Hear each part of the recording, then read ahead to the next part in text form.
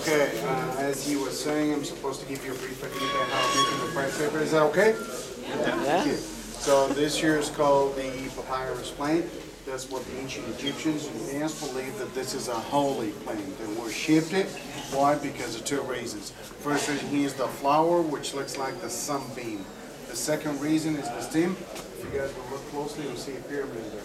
See a triangle in there? You gotta be quick. Okay, so what we're doing is we're cutting the plant into pieces, just like that, and then what we'll have to do is we'll have to peel the green part, the outside cover, just like what I'm doing now.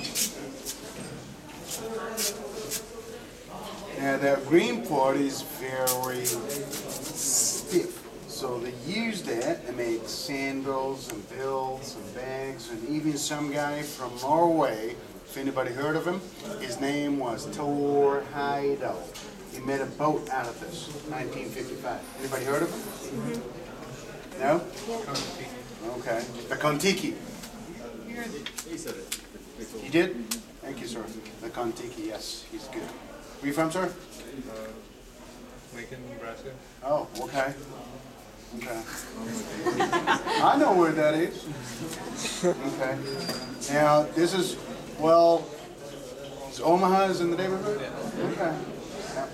Now, this is the most important part of the plant that we're using, the inner part. What we'll do is we cut it into slices, just like that. And then what we have to do is we'll have to use the rolling pin to get them to be flexy. As you can see, after doing that, it becomes very flexible. And we soak them into pure regular water for 6 consecutive days. Just regular tap water, no chemicals, no nothing. And if we want to make a brand piece of papyrus like this here, we'll make them stay 25 days in the water. So basically, the longer it stays in the water, the darker it gets. After 6 days in the water, we get them out, and then we start weaving them. See, one in vertical, and one horizontal, just like what I'm doing now.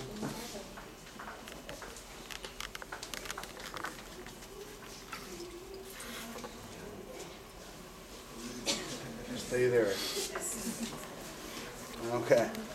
As you can see, vertical. Oh, you got a problem. Okay. All right, here you go. How about that? Just some jumping exercise. Okay. Yeah. Yeah, that's a lot better. A lot better. So you're kind of weaving them, crisscrossing them, overlapping them, whatever you want to say. Then we cover them, threw them under the press for another 6 days. You got 6 days in the water, 6 days under the press. Of course, in ancient Egypt, they did not have presses made out of metal. They have big, heavy rocks to press by them. Also, they did not have carpets. 3,500 years ago, they had no textile. I'm counting on you. What would you assume that they have used? Leaves. Nice try. Whoa! I hope he's not from Nebraska. Who said that? That's Nebraska. Thank you, sir. Oh, okay. Well, Lincoln land, too. Okay. Now, yes, they used animal hide to cover the slices. So after 12 days, here we go. And then leave that and a very strong piece of paper. Actually, we're talking about 2 elephants. You grab it from the inside, it will not come out. You guys are going to look at the line here. You can see how the vertical and the horizontal layers are bonded together. Now, you might ask yourself a question that how those layers are bonded. What makes them stick together? The answer is those people in ancient Egypt were geniuses enough to find out that that plant contains a percentage of sugar in there. So you got sugar with water. Under the pressure, they all stick together. Works like a natural glue. The amazing thing about this is, by the way, the word paper in English is originated from papyrus. The amazing thing about that piece of papyrus is that it would not decompose under any kind of circumstances. Even if you're going to soak it in the water again, basically it would not dissolve. Okay? What we do after that, we send it to our famous local artists who are going to start painting all of those beautiful replicas that you can see around you. These are all replicated from originals, from temples and tombs. This is the masterpiece of the ancient Egyptian history, which is called The Final Judgment.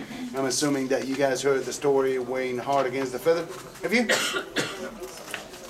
You've been to Cairo Museum? Not yet. Yeah, you probably have. Weighing the heart against the feather. Good guys go to the paradise, bad people go to hell. You've seen it? Well, the original of this is still in the British Museum. Probably what you have seen in Cairo is with a white background, but that's what's the dark background. What's in the British Museum on the second floor until today. Now, this is the second piece of popularity, which is called the Ancient Egyptian